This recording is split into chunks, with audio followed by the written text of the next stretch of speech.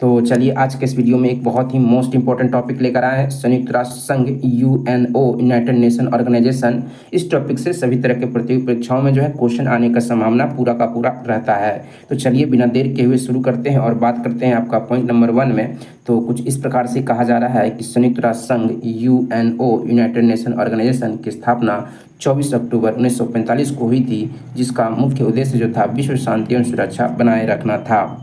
आपसे यहाँ से कई तरह से क्वेश्चन घुमा घुमा के पूछ सकता है कि संयुक्त राष्ट्र संघ का स्थापना कब हुआ। तो 24 अक्टूबर 1945 को। संयुक्त राष्ट्र संघ का दिवस जो है, संयुक्त राष्ट्र संघ दिवस कब मनाते हैं? तो 24 अक्टूबर को मनाते हैं। यह संयुक्त राष्ट्र संघ की स्थापना का मुख्य उद्देश्य क्या था? तो विश्व शांति एवं सुरक्षा बनाए रखना था। ठीक है, ये आपका द्वितीय जो विश्व युद्ध हुआ था 1939 से 1945 के बीच में, है ना, उसके बाद जो है आपका 1945 में आपका संयुक्त राष्ट्र संघ का स्थापना विश्व शांति बनाए रखने के लिए किया गया था।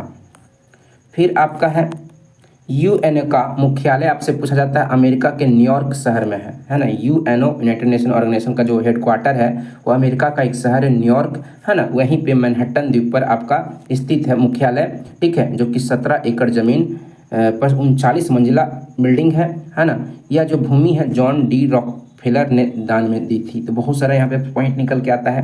ठीक है, यूएनओ का मुख्यालय हेडक्वार्टर कहाँ है? तो अमेरिका के न्यूयॉर्क में है। ठीक, और कौन से द्वीप पर है ये भी याद रखेंगे, तो मैनहट्टन द्वीप पर है। कितने एकड़ में ये ज़मीन है, मतलब आपका हेडक्वार्टर है? तो 17 एकड़ ज़मीन में ये हेडक्वार्टर है ना। कितना मंजिला है, कभी कभी ये भी पूछ लिया जाता है। तो 39 मंजिला ये आपका बिल्डिंग है ना यूएनओ का।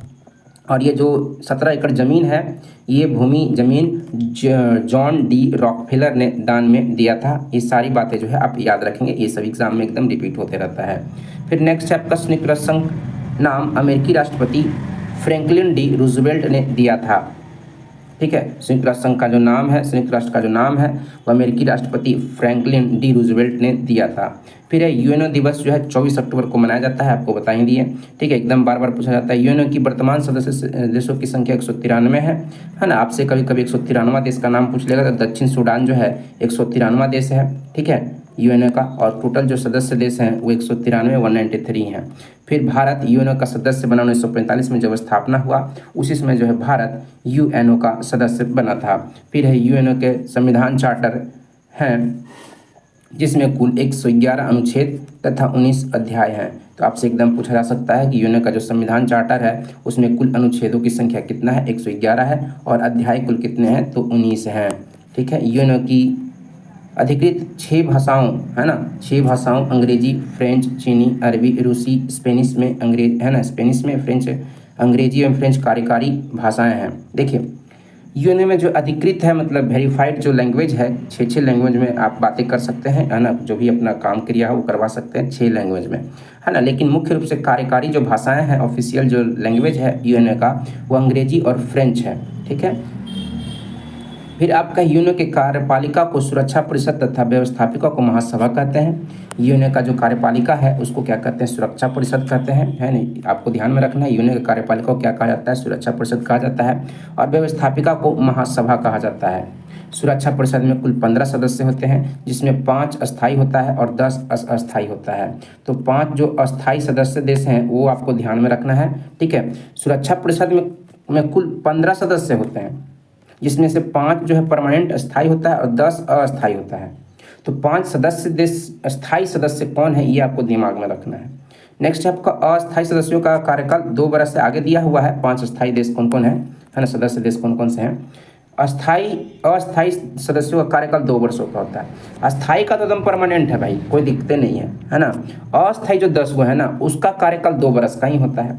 फिर आपका सुरक्षा परिषद के 5 सदस्य स्थायी सदस्य देश जो हैं कौन कौन है? अमेरिका है, ब्रिटेन है, चीन है, फ्रांस है, रूस है। ये 5 देश जो हैं सुरक्षा परिषद के, है ना, स्थायी परमानेंट कंट्री मेंबर है ना। अमेरिका, ब्रिटेन, चीन, फ्रांस, रूस। फिर सुरक्षा परिषद दुनिया का पुलिसमैन कहलाता है। याद रखेंगे, एकदम बहुत इंपॉर्टेंट लाइन है। दुनिया का पुलिसमैन यूएनओ के किस अंग को कहते हैं? तो सुरक्षा परिषद को कहते हैं। सर्वप्रथम वीटो का प्रयोग जो है अमेरिका ने मार्च 1971 में रोडेशिया के प्रश्न पर किया था। आपसे पूछा जा सकता है कि जो स्थायी देश हैं सुरक्षा परिषद के, उसमें किसने सबसे पहले वीटो का प्रयोग किया था? जितने भी स्थायी देश हैं उन सबको वीटो पावर मिला हुआ होता है। ठीक है ना। सबसे पहले जो वीटो पावर का यूज किए थे वो अमेरिका किए थे, मार्च 1971 में रोडेशिया के प्रश्न पर किए थे। फिर वीटो स्थायी सदस्यों को प्राप्त एक निषेधात्मक शक्ति है जिसका सर्वाधिक बार प्रयोग करने वाला देश रूस है। सबसे ज़्यादा वीटो का प्रयोग कौन किया था? रूस किया था। ठीक है। फिर आपका संयुक्त राष्ट्र संघ के प्रमुख 6 अंग हैं। कितने अंग हैं? 6 अंग हैं, ये भी याद रखेंगे। यूएन की प्रथम बैठक 10 जनवरी 1946 को हुआ था। प्रथम बैठक जो है 10 जनवरी 1946 को हुआ था लंदन में, तथा महासभा की पहली बैठक जो अक्टूबर 1952 में हुआ था। महासभा की पहली बैठक अक्टूबर 1952 में हुआ था और यूएन की प्रथम बैठक 10 जनवरी 1946 को हुआ था। ठीक है। कहाँ हुआ था? लंदन में हुआ था। यूएन का प्रधान जो होते हैं, है ना, महासचिव होते हैं। यूएन यूनाइटेड नेशन ऑर्गेनाइजेशन का जो प्रधान हेड होते हैं वो महासचिव होते हैं। यूएन के प्रथम महासचिव त्रिगवेली थे जो कि नॉर्वे के रहने वाले थे। प्रथम एशियाई महासचिव जो यूथांड बर्मा देश के थे, एकदम याद रखेंगे, है ना। और अभी वर्तमान में कौन है ये भी आपको याद रखना है। ठीक है। तो पहले सदस्य महासचिव कौन थे? त्रिगवेली थे जो कि नॉर्वे के थे। प्रथम एशियाई महासचिव पूछ देगा तो यूथांड थे जो कि बर्मा म्यांमार के थे। फिर आपका संयुक्त राष्ट्र संघ के वर्तमान 9वां महासचिव जो एंटोनियो गुटेरेस हैं, है ना, जो कि पुर्तगाल के रहने वाले, यानी कि वर्तमान में अभी जो महासचिव हैं, है ना, वो कौन है? एंटोनियो गुतेरेस हैं जो कि पुर्तगाल के हैं और ये संयुक्त राष्ट्र संघ के 9वें महासचिव हैं, ये भी आप याद रखेंगे। फिर संयुक्त अंतर्राष्ट्रीय न्यायालय की स्थापना 3 अप्रैल 1946 को हेग जो कि नीदरलैंड में, है ना, नीदरलैंड को ही हॉलैंड कहते हैं, हॉलैंड कहते हैं, ठीक है, में हुई थी, जिसका इसका मुख्यालय है।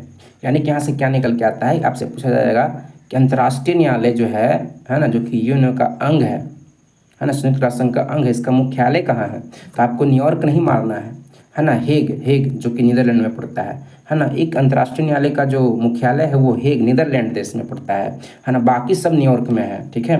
और अंतर्राष्ट्रीय न्यायालय का स्थापना 3 अप्रैल 1946 को हुआ था, ये भी आप याद रखेंगे।